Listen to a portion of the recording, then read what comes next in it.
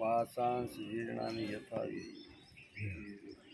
जीर्णानि यथा विहाय वासांसि जीर्णानि यथा विहाय वासांसि जीर्णानि यथा विहाय वासांसि जीर्णानि यथा विहाय नवानि गृह्णाति नरोपराणि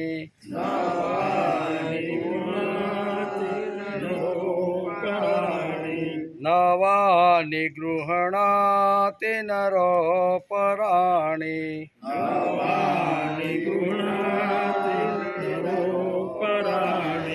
वासांसि जीर्णानि यथा विहाय नवानि गृह्णाति नरोपराणि वासांसि जीर्णानि यथा विहाय नवानि गृह्णाति नरोपराणि वासांसि जीर्णानि यथा विहाय नवानि गृह्णाति नरोपराणि वासांसि जीर्णानि यथा विहाय नवानि गृह्णाति नरोपराणि तथा शरीराणि विहाय जीर्णान् तथा शरीराणि विहाय जीर्णान् तथा शरीराणि विहाय जीर्णान् तथा शरीराणि विहाय जीर्णान् ज्ञानी संयाति नवानि देहि ज्ञानी संयाति नवानि देहि ज्ञानी संयाति नवानि देहि ज्ञानी संयाति नवानि देहि तथा शरीराणि विहाय जीर्णान् न्यायान् संयाति नवानि देहि तथा शरीराणि विहाय जीर्णान् ज्ञानी संयाति नवानि देहि तथा शरीराणि विहाय जीर्णान् न्यायनि संयाति नवानि देहि तथा शरीराणि विहाय जीर्णान् न्यायनि संयाति नवानि देहि वासांसि जीर्णानि यथा विहाय नवानि गृह्णाति नरोपराणि तथा शरीराणि विहाय जीर्णान् ज्ञानी संयाति नवानि देहि वासांसि जीर्णानि यथा विहाय नवानि गृह्णाति नरोपराणि तथा शरीराणि विहाय जीर्णान् न्यायानि संयाति नवानि देहि नैनं सिदन्ति शस्त्राणि नैनं सिदन्ति शस्त्राणि नैनं सिदन्ति शस्त्राणि नैनं सिदन्ति शस्त्राणि नैनं दहति पावक नैनं दहति पावक नैनं दहति पावकं नैनं दहति पावकं नैनं सिदन्ति शस्त्राणि नैनं दहति पावक नैनं सिदन्ति शस्त्राणि नैनं दहति पावक नैनं सिदन्ति शस्त्राणि नैनं दहति पावक नैनं सिदन्ति शस्त्राणि नैनं दहति पावकः न चैनं क्लेद्यन्त्यापो न चैनं क्लेद्यन्त्यापो न शोषयति मारुतः न शोषयति मारुतः न चैनं क्लेदयन्त्यापो न शोषयति मारुतः न चैनं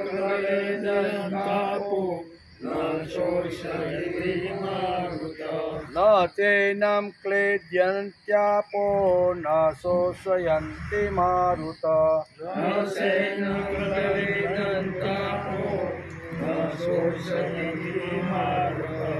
नैनं सिदन्ति शस्त्राणि नैनं दहति पावकः न चैनं क्लेद्यन्त्यापो न शोषयति मारुतः नैनं सिदन्ति शस्त्राणि नैनं दहति पावकः न चैनं क्लेद्यन्त्यापो न शोषयति मारुतः 22-23 एकारे वासांसि दीर्घान्वितारिहाय नवानि गुणानि नरोपराणि तथा शरीराणि विहाय जीर्णान् न्यायान् संयाति नवानि देहि नैनं सिदन्ति शास्त्राणि नैनं दहति पावकः न चैनं क्लेद्यन्त्यापो न शोषयति मारुतः न शोषयति मारुतः हरि ओम् वसुदेवसुतं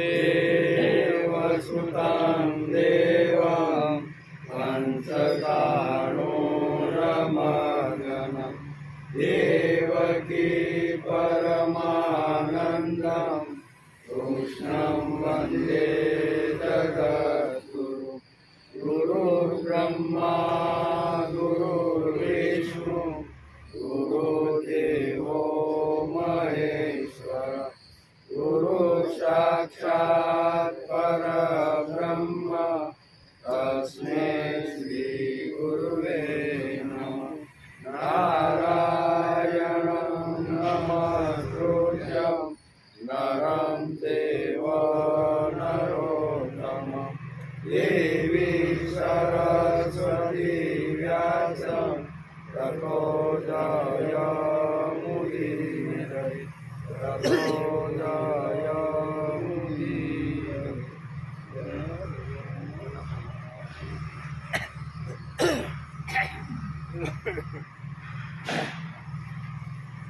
वासांसि जीर्णानि यथा विहाय नवानि गृह्णाति नरोपराणि तथा शरीराणि विहाय जीर्णानि न्यायानि संयाति नवानि देहि શ્રીમદ ભગવદ્ ગીતા ચિંતન શરૂ થયું એનો 78મો દિવસ.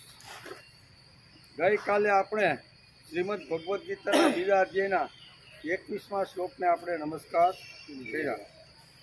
વેદા વિનાશીનમ નિત્યમ એન મવ્યયમ કથમ સ પુરુષ પાર્થ કમ ધાતયતિ હંતિકમ. આનો વિચાર આપણે ગઈકાલે કર્યો. ભગવાન કહે છે કે હે પૃથાનંદન અર્જુન, જે પુરુષ આ આત્માને નાશરહિત નિત્ય અજન્મા તેમજ અવ્યય જાણે છે તે પુરુષ કઈ રીતે કોને હણે અને કઈ રીતે એ પોતે હણાય. આનો વિચાર આપણે ગઈકાલે કરતા હતા.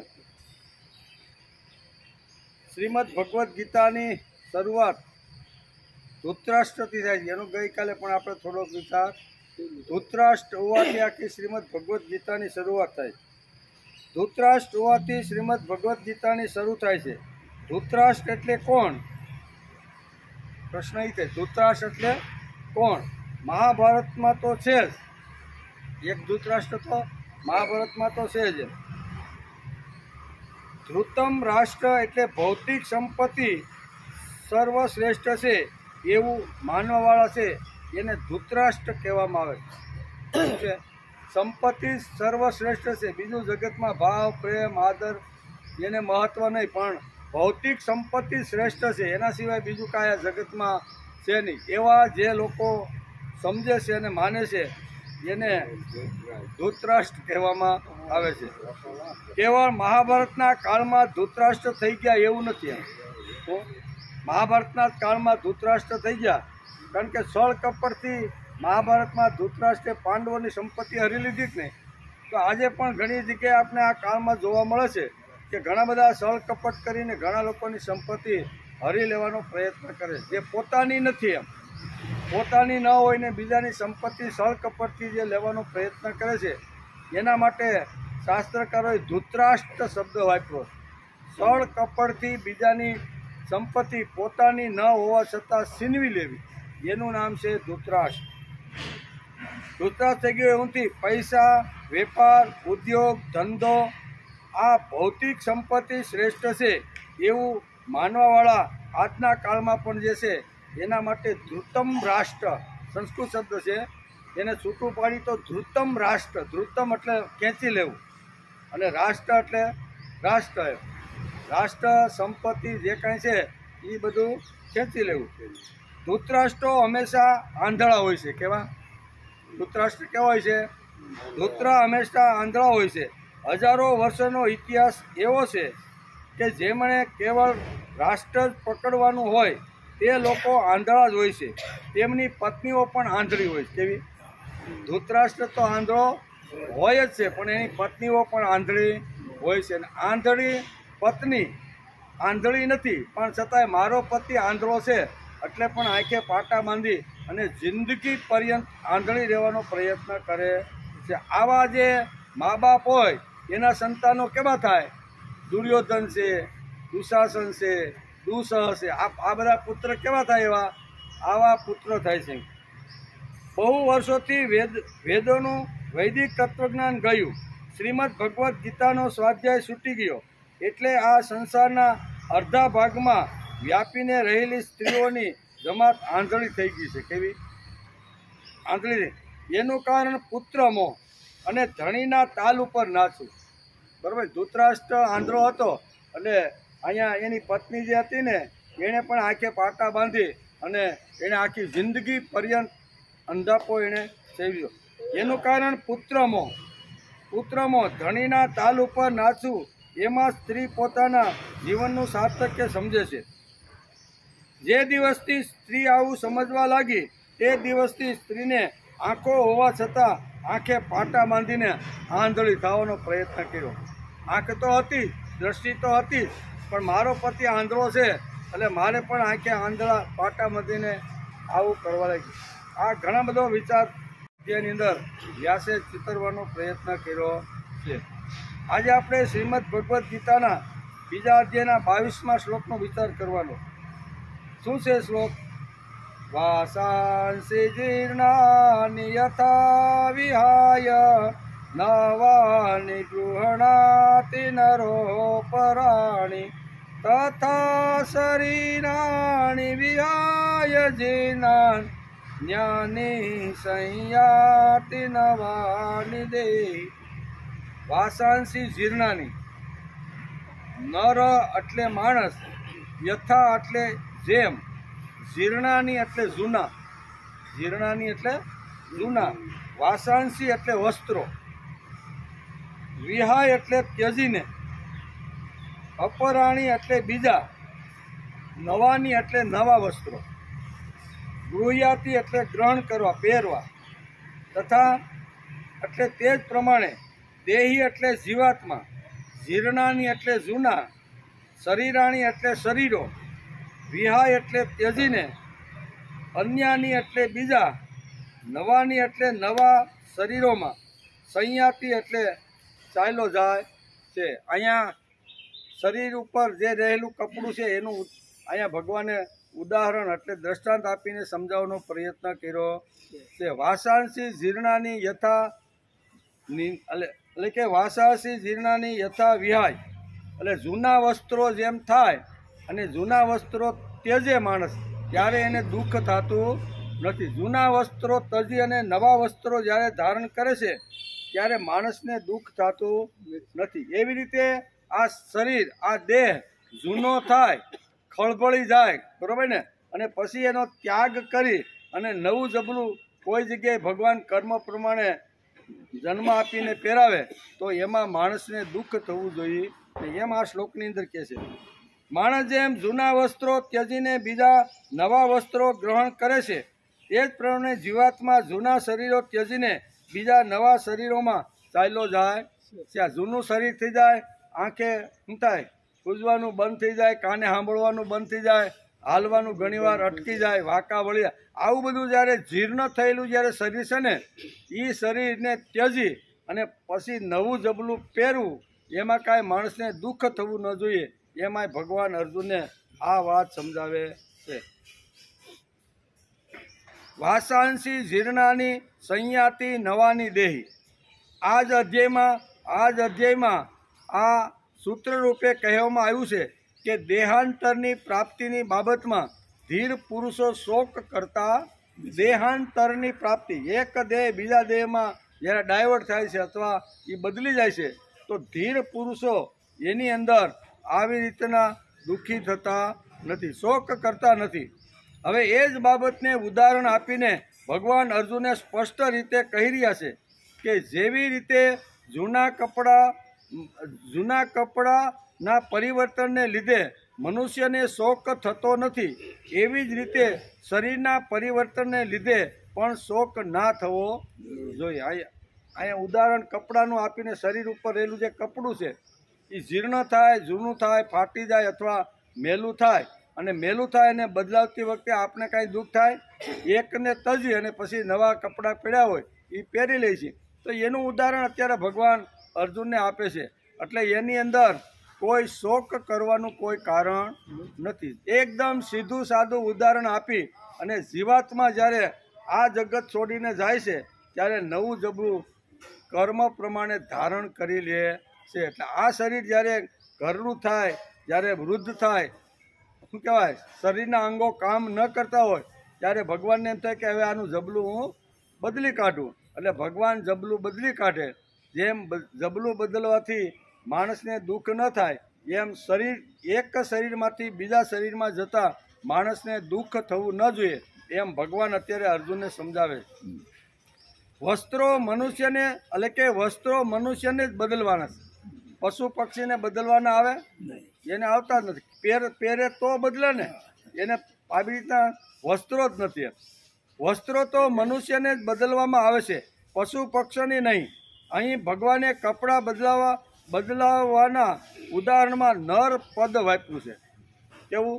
નર એટલે સ્ત્રી અને પુરુષને આ વસ્તુ લાગે, એમાં પશુ પક્ષીને આ વસ્તુ લાગતી નથી. તેથી ભગવાને અહીંયા નર શબ્દ વાપરીને અર્જુનને કહેશે કે જે જગતમાં સ્ત્રી પુરુષ બાળક કોઈ પણ આવે છે ને માનવના રૂપની અંદર એને જબલા બદલવાના હોય છે, એને જ કપડાં બદલવાના હોય છે. એટલે નર શબ્દ અહીંયા ભગવાને વાપરેલો છે.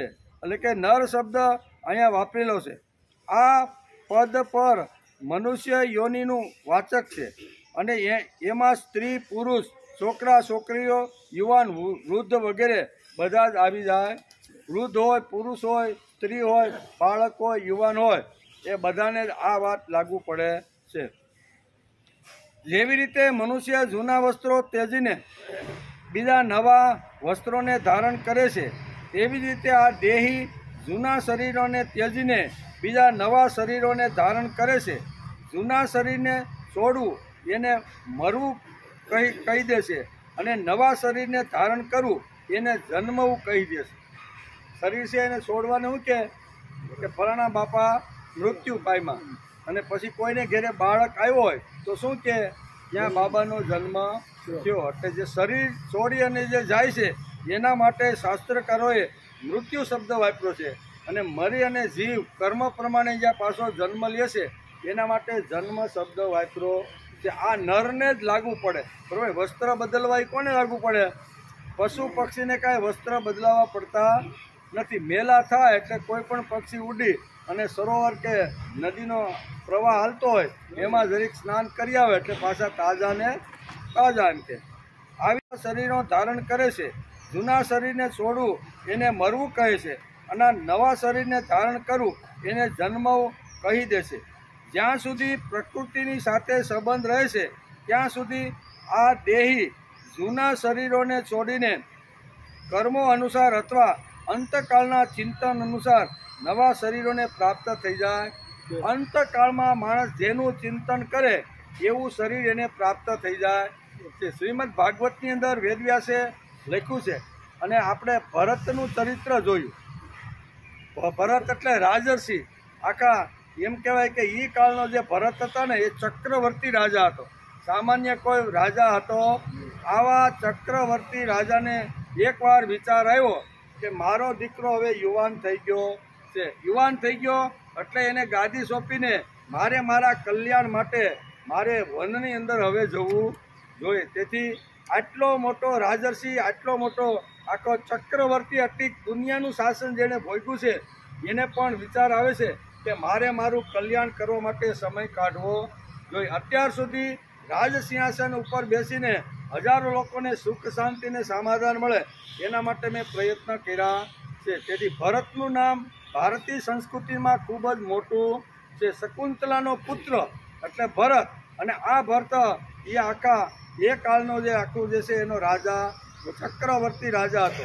ચક્રવર્તી રાજા હોવાના નાતે પણ એણે નક્કી કર્યું કે હવે મારે જ્યાં જવાનું છે ને એની મારે તૈયારી કરવી કે આટલો મોટો વૈભવ, આટલી મોટી સત્તા, આટલો મોટો એના પ્રધાનોને આટલું મોટું મંડળ છોડીને જવાનું એ કાંઈ હેલી વાત નથી. આપણે એક મોબાઈલ છૂટી શકતો નથી અને આ ચક્રવર્તી રાજાએ બધું જ છોડ્યું અને નક્કી કર્યું કે હવે આત્માના કલ્યાણ માટે મારે આ રાજપાટ છોડી દીકરાને ધુનંદા ઓપીને મારે નીકળી જવું જોઈએ. અને તેથી એ આખું શું કહેવાય આવી રીતના વલકલ ધારણ કરી અને પોતાના દીકરાને ગાદી ઉપર બેસાડી અને ભરત ચક્રવર્તી રાજા, કેવો શબ્દ હું વાપરો છે, સામાન્ય કોઈ નથી. ચક્રવર્તી રાજા કોને કહેવાય ને એકવાર વાંચી લેજો શાસ્ત્રમાં કે આટલો બધો ઠાઠમાઠ, આટલો મોટો વૈભવ, આટલા મોટા સુખ સગવડતાના સાધનો, હવે આ બધાને ત્યાજવું, આ બધાને છોડવું એ કાંઈ સામાન્ય વસ્તુ નથી. તેથી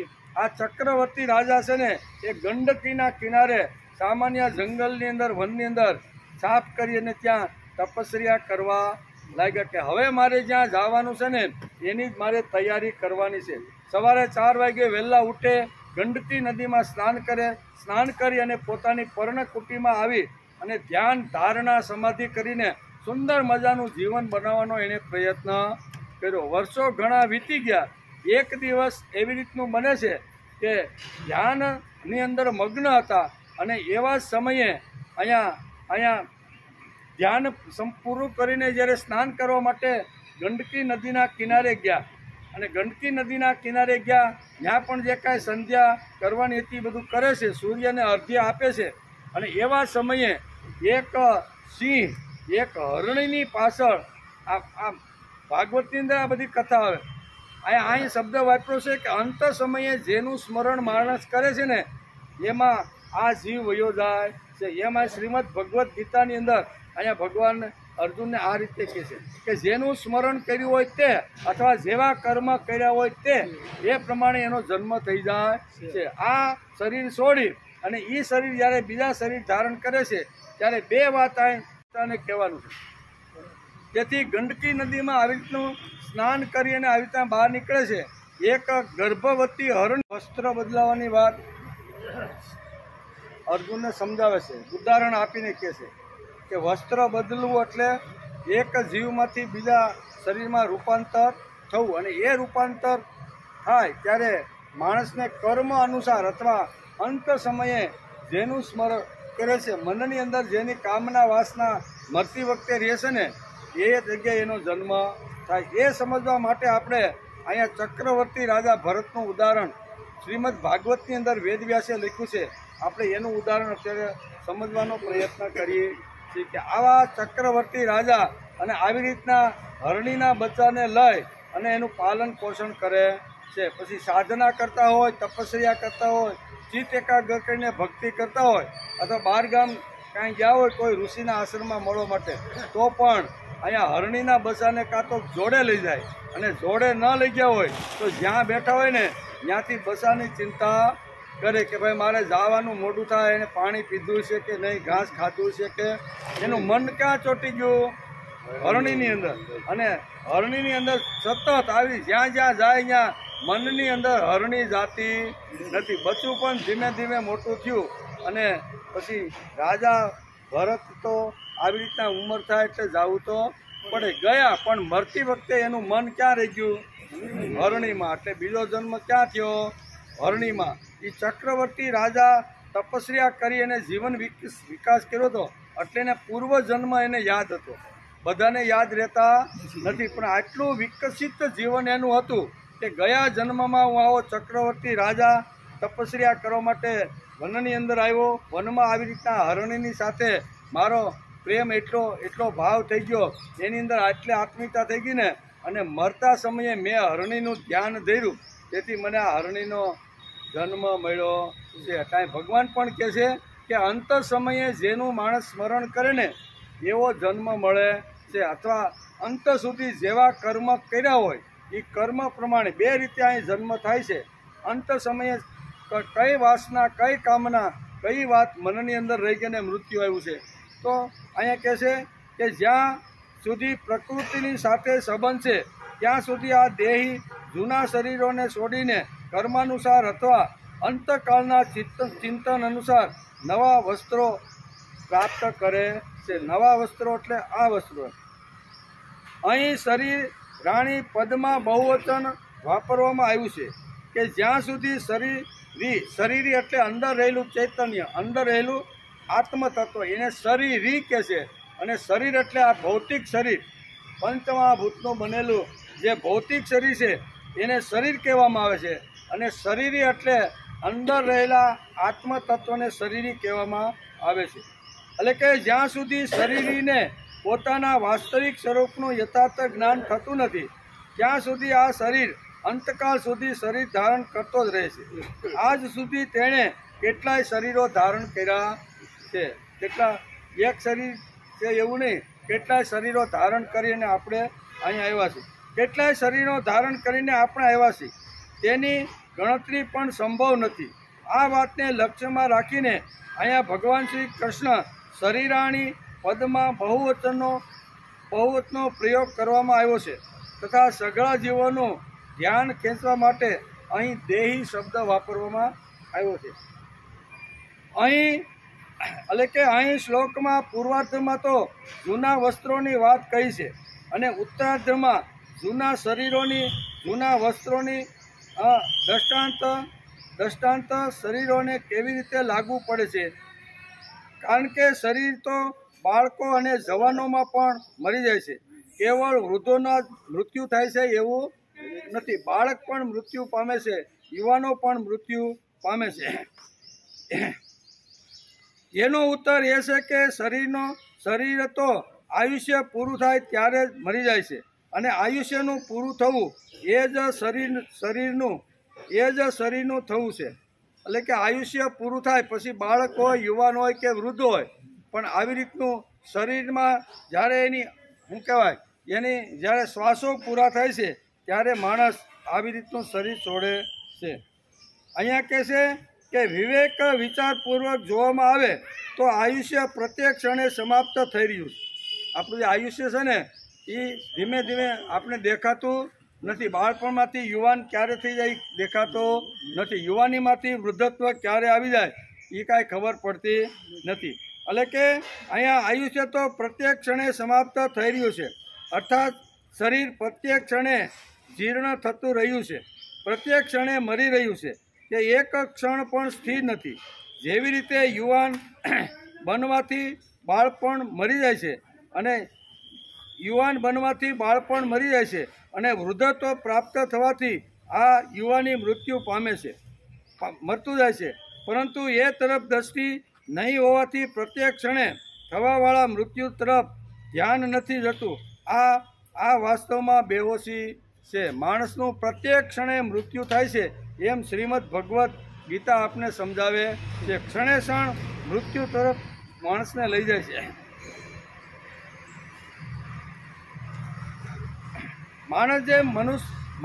માણસ જેમ જૂના વસ્ત્રો ત્યજીને બીજા નવા વસ્ત્રો ગ્રહણ કરે છે, તે જ પ્રમાણે જીવાત્મા જૂના શરીરો ત્યજીને બીજા નવા શરીરોમાં ચાલ્યો જાય છે. પ્રાસ્તાવિક શ્રીમદ ભગવદ્ ગીતાની 11 શ્લોકથી ફિલોસોફી શરૂ થાય છે. શ્રીમદ ભગવદ્ ગીતાની ફિલોસોફી ભગવાને અર્જુનને કહેવાની ક્યાંથી શરૂઆત કરી? તો બીજા અધ્યાયના 11મા શ્લોકમાંથી ઘણી બધી વાર આ જીવની જ વાત આવે છે, દેહની જ વાત આવે છે, દેહીની જ વાત આવે છે. કોઈ પણ શ્લોક એવો નહીં હોય કે જ્યાં ભગવાને અહીંયા બેવડીને વાત કરી ન હોય. વિશ્વને કાયમ માર્ગદર્શન આપે તેવું તત્વજ્ઞાન ભગવાને આપવાની શરૂઆત કરી છે. તે આપણે 78 દિવસથી સાંભળીએ છીએ. એકાદ વાર બને તેના પરથી જે અર્થઘટન થાય છે તે જીવંત પર્યંત સમાજને માર્ગદર્શન આપે છે. ઇતિહાસની અંદર, સમાજની અંદર કોઈ પણ ઘટના બનતી હોય, એ ઘટના તો એકવાર બની ગઈ, પણ જીવંત પર્યંત આખા વિશ્વને માર્ગદર્શન આપે છે. આના ઉપરથી દાખલો લઈ શકાય, સબક શીખી શકાય છે, વર્ણવી શકાય છે. એ જ પ્રમાણે કહેવાય છે કે જનક રાજાએ એવો કર્મયોગ કરી બતાવ્યો કે આજે પણ તેના જેવો માણસ થઈ શકે છે. બરાબર. એકવાર આવી રીતની ઘટના બની ગઈ હોય તો સમાજ એની પાસેથી સબક ઘણું બધું શીખી લે છે. આવા જનક રાજા કર્મયોગી હતા, સિંહાસન ઉપર બેઠા હતા, જરીના વસ્ત્ર હતા અને સુંદર મજાના આભૂષણો ધારણ કર્યા હતા, પણ છતાં દેહ ધારણ કરીને આવ્યા છતાંય દેહી બની ગયા, એવું આપણા શ્રીમદ ભગવદ્ ગીતામાં પણ એનો ઉલ્લેખ આવે છે. જનક જેવો રાજાના જીવન ઉપરથી સમજાય છે કે યોગ સાધના માટે ભાગી જવાની જરૂર નથી. રાજ સિંહાસન ઉપર બેસીને પણ રાજર્ષિ બની શકાય છે. આટલો વૈભવ, આટલી મોટી સત્તા, આટલી મોટી સુખ સુખોના સાધનો છોડવાની જરૂર નથી. અધ્યાત્મ માટે, ભક્તિ માટે અથવા આવી રીતે સાધના કરવા માટે ઘર કે રાજપાટ છોડવાની જરૂર નથી. એ જનક રાજા આપણે એના ચરિત્ર દ્વારા સમજાવે છે. હું આવી રીતનો રાજા હોવા છતાં મેં સિંહાસન ઉપર બેસીને ઘણું બધું રાજ કર્યું છે, પણ છતાંય દેહ ધારણ કરીને દેહી પણ વિદેહી બની શકાય. દેહ ધારણ કરીને વિદેહી હોય એ પણ દેહી બની શકે છે. આ ઘટના બની જનકના જીવનમાં, પણ આપણને પણ બધાને લાગુ પડે છે. જનક રાજા જેમ સિંહાસન ઉપર બેસીને જેમ આવી રીતના વિદેહી બની ગયા છે, એમ માણસ સંસાર કરતાં કરતાં પણ સંસારમાં રત રહીને પણ માણસ આવી રીતનો બની શકે છે. એ ઉદાહરણ આપીને સમજાવે છે. દેહ ધારણ કરીને દેહી પણ વિદેહી બની શકે. આ ઘટના જનકના જીવનમાં આપણને જોવા મળે છે. ત્યાં જ મહાપુરુષની આ કિંમત છે. આપણને જે શાસ્ત્રોમાં સિદ્ધાંતો વાંચવા સાંભળવા મળે તે સિદ્ધાંતો મહાપુરુષના જીવનમાં જોવા મળે છે, અને એ વિચારો જલ્દી મગજમાં બેસી જાય. મહાપુરુષના ચરિત્ર વાંચી હું કેમ વાંચવાના ભાઈ? સંતોના ચરિત્ર શા માટે વાંચવાના? આટલા માટે કે સંતોના ચરિત્ર વાંચ્યા પછી, સમજ્યા પછી, સાંભળ્યા પછી માણસના જીવનની અંદર એવી બનવાની તાલાવેલી અને તમન્ના થઈ જાય છે. તેથી કહે છે તે વિચારો જલ્દી આપણા મગજમાં આવે. બરાબર ને? મીરાનું નામ લેતા મીરાનું ચરિત્ર ધ્યાનમાં આવે અને આપણે પણ મીરા બનવાનું છે. તુકારામનું ચરિત્ર સાંભળી વાંચી ત્યારે આપણે પણ થાય કે આપણે તુકારામ જેવું બનવું છે. સંતોના, મહાપુરુષોના, ઋષિઓના ચરિત્રો શા માટે વાંચવાના? આટલા માટે એ ચરિત્રમાંથી આપણે ઘણું બધું આવી રીતનું મળતું છે. તેથી જ આચરણનું મહત્વ છે. ખાલી વિચારો સાંભળ્યા એવું નહીં. અસ્તવ્યસ્ત ભાષણો અને કથાઓની અસર એટલા જ માટે સમાજમાં માણસ ઉપર પડતી નથી. સાંભળ્યું એટલું પુણ્ય. 3 કલાક સુધી અહીંયા બહુ સરસ રીતે મંડપમાં ઠંડક બંડક મળી, ચા પાણી નાસ્તો જે કાંઈ પીવો, એટલે માણસના જીવન ઉપર ગમે તેટલી મોટા આખ્યાનો થાય, મોટી કથાઓ થાય, મોટા ભાષણો થાય, પણ સમાજમાં એની અસર થતી નથી. એનું કારણ કે જીવનમાં આચરણ લાવવાનો પ્રયત્ન કરતા નથી. કુરુક્ષેત્રના મેદાનમાં જે ઘટના બની તે ઘટનામાંથી દરેક માણસને પસાર થવાનું છે. ખાલી કુરુક્ષેત્રના મેદાનમાં 5000 વર્ષ પહેલાં આ ઘટના તો ઘટી ગઈ, પણ આપણે આજ કળિયુગની અંદર પણ આ જ ઘટનામાંથી આપણે બધાએ પસાર થવાનું છે. આપણે પણ બધાએ આમાંથી પસાર થવાનું છે. દુનિયામાં એક પણ માણસ એવો નહીં હોય કે જેના જીવનમાં સંઘર્ષ નહીં હોય, જેના જીવનમાં દુઃખ નહીં હોય, જેના જીવનમાં સુખ નહીં. સુખ, દુઃખ, યશ આ બધું મિશ્રિત માણસનું જીવન છે. અને મિશ્રિત જીવન છે એટલે એને આમાંથી પસાર તો થવું પડશે. એટલા માટે શ્રીમદ ભગવદ્ ગીતામાં ફિલોસોફી આવી છે. યુદ્ધના મેદાનમાં ગીતા કેમ કહેવાય? ઘણા લોકોનો આવો પ્રશ્ન છે કે યુદ્ધના મેદાનની અંદર આવું શ્રીમદ ભગવદ્ ગીતાનું જે તત્વજ્ઞાન છે એ ગીતા યુદ્ધના મેદાનમાં કેમ કહેવાય? કૃષ્ણ અને અર્જુનનો સંવાદ લોકોને હજારો વર્ષોથી માર્ગદર્શન આપે છે, પણ આપણે આપણા બુદ્ધિના ટમટમિયાથી સૂર્યને માપવાનો પ્રયત્ન કરીએ તો આપણને આ ઉપદેશ ન સમજાય. નકર આ સરળ અને સીધો ઉપદેશ ભગવાને આપ્યો છે એ માણસને સમજાય છે. પ્રશ્ન પૂછનાર પણ અલૌકિક અને જવાબ આપનાર પણ તેથી વિશેષ અલૌકિક હતું. આનું માર્ગદર્શન હજારો વર્ષો સુધી ચાલતું આવ્યું છે. દુનિયાને ખબર હોય કે ન હોય, પણ ઓછા નામે આપણને ખબર હોવી જોઈએ કેટલા વર્ષોથી આ પ્રસ્તુત છે. અર્જુનના જીવનમાં ઘટનાઓ બની છે તે આપણા જીવનમાં બનવાની છે. તે અર્જુનને કામ લાગી તે આપણને પણ કામ લાગવાની છે. અર્જુને જે પ્રશ્ન કર્યા એ મોટા ભાગના પ્રશ્ન 5000 વર્ષ પછી કળિયુગના માણસના મનમાં આવશે. તેથી આપણને બધાને ધ્યાનમાં રાખી અને ભગવાનને અર્જુને ઘણા બધા પ્રશ્નો પૂછ્યા છે. અર્જુને જેટલું ભગવાનને પૂછ્યું તેટલું આપણને જાણવા મળ્યું. પરિશ્રમ અર્જુનનો અને ગીતા આપણને મળી. પરિશ્રમ કોને કર્યો? અર્જુને. પાછો કોણ પડ્યો યુદ્ધમાંથી? અર્જુન. લડવાની ના કોણ પાડતું હતું? અર્જુન. લડ્યા પછી કેવા પરિણામ આવશે એ કોણ બોલતું હતું? અર્જુન. આ બધું અર્જુન બોલ્યો અને એ બધું બોલવાથી શ્રીમદ ભગવદ્ ગીતાનો જન્મ થયો. અને બોલ્યો અર્જુન, પ્રશ્ન અર્જુને પૂછ્યા, બરાબર, પણ ગીતા કોને મળી? ગીતા આપણને મળી. ગીતા આપણને મળી છે. અર્જુને ભગવાને પૂછ્યું. ભગવાનનો કૃપાપાત્ર અર્જુન છે. આત્મા મરતો નથી એ વાત પાવરફુલ રીતે ભગવાન અર્જુને કહેવી પડે છે. તેથી 11 થી 22 શ્લોકોમાં એકની એક વાર, ઘણીવાર એકને એક શ્લોકની અંદર એકની એક વાત એટલી વખત કીધી. આપણે એમ થાય કે હવે આ અધ્યાય પૂરો કરે તો સારું. ઘણીવાર કંટાળો પણ આવે, કારણ કે એકના એક શ્લોકની અંદર એકની વાત 22માં વાંચી તો 21માં એ જ વાત થોડી ઘણી આવી હોય, 20માં પણ થોડી ઘણી એ જ વાત આવી હોય. અને અહીં કહે છે કે ભગવાનનો કૃપા પાત્ર છે અર્જુન. આત્મા મરતો નથી એ વાત પાવરફુલ રીતે અર્જુનને સમજાવવાની. કેવો? આત્મા મરતો નથી, મરે છે એ શરીર મરે છે. પંચમહાભૂતનું બનેલું જે પુતળું છે એ આ ભસ્મીભૂત થાયને પંચમહાભૂતમાં ભળી જાય.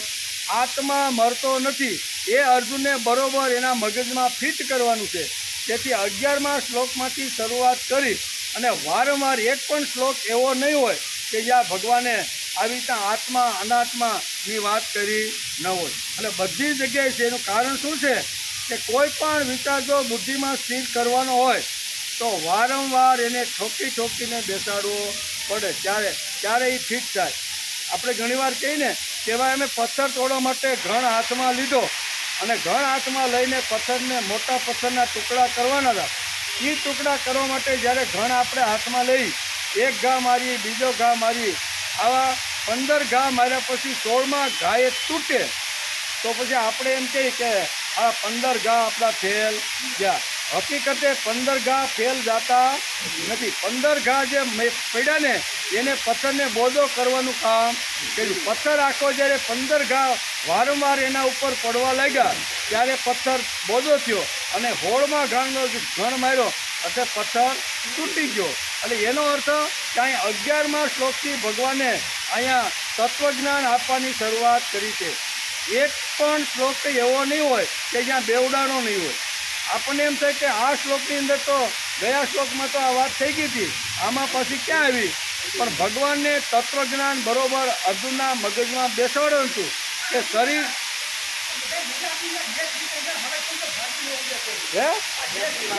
ગેસ નીકળ્યો